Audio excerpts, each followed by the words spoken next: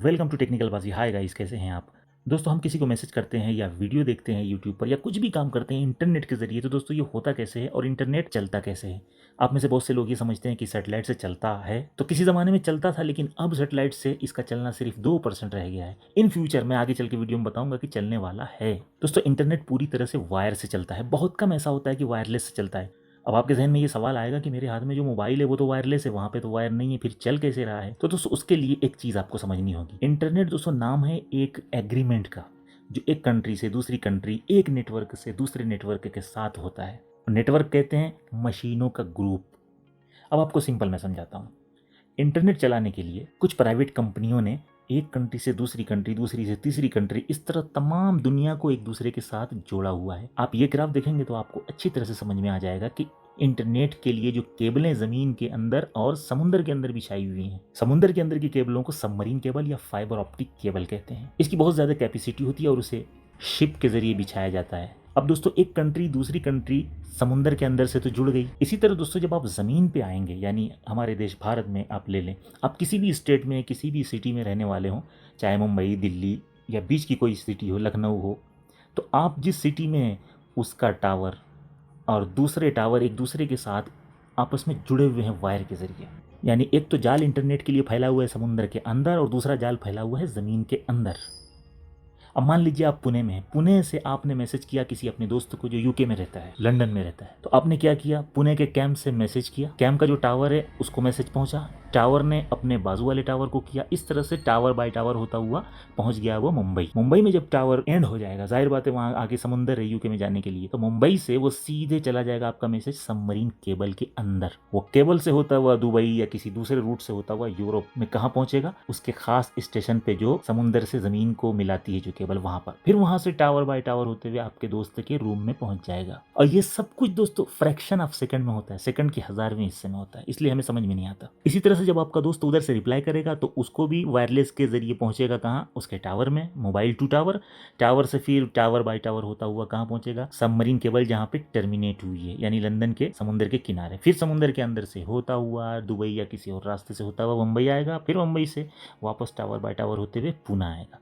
पुणे में आकर वो आपके मैसेज स्क्रीन पे दिखाई देगा।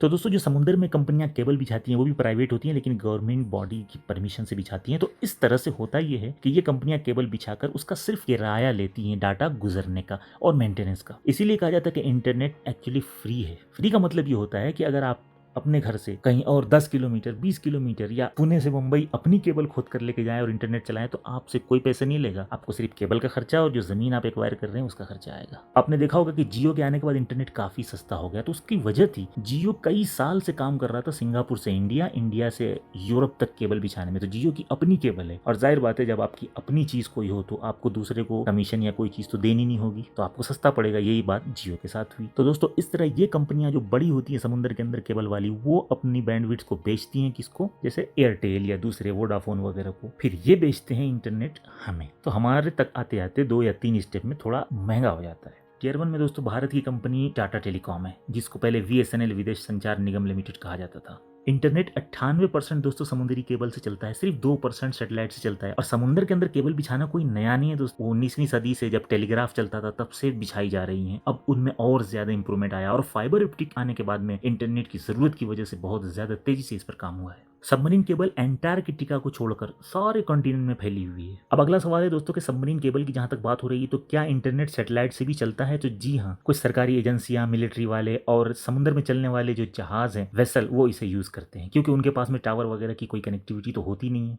अब दोस्तों, आगे हम बात करें कि क्या इंटरनेट सैटेलाइट से चलने लगा है या चल सकेगा। तो जी हाँ दोस्तों, बात यह है कि वही प्रॉब्लम जमीन पर भी थी कि बहुत सी जगह टावर नहीं मिल पाते थे। बहुत दूर दराज के इलाकों में, खासतौर से जंगलों में और समुद्र में चलने वालों के लिए बहुत ज्यादा प्रॉब्लम थी। तो स्टार लिंक प्रोजेक्ट एक सामने आया। इनका प्लान दोस्तों ये कि जमीन से 550 किलोमीटर दूर सैटेलाइट का एक झुरमुट, एक कॉन्स्टलेशन या ग्रुप बनाया जाए अलग अलग अलग अलग। ये सैटेलाइट आपस में लेजर बीम के जरिए एक दूसरे से कनेक्ट रहेंगे और जमीन के स्टेशन से ये डेटा लेंगे और यूजर तक पहुंचाएंगे, जिसकी वजह से जब चाहें हम ज़मीन पर और जहां चाहें इंटरनेट ले लें।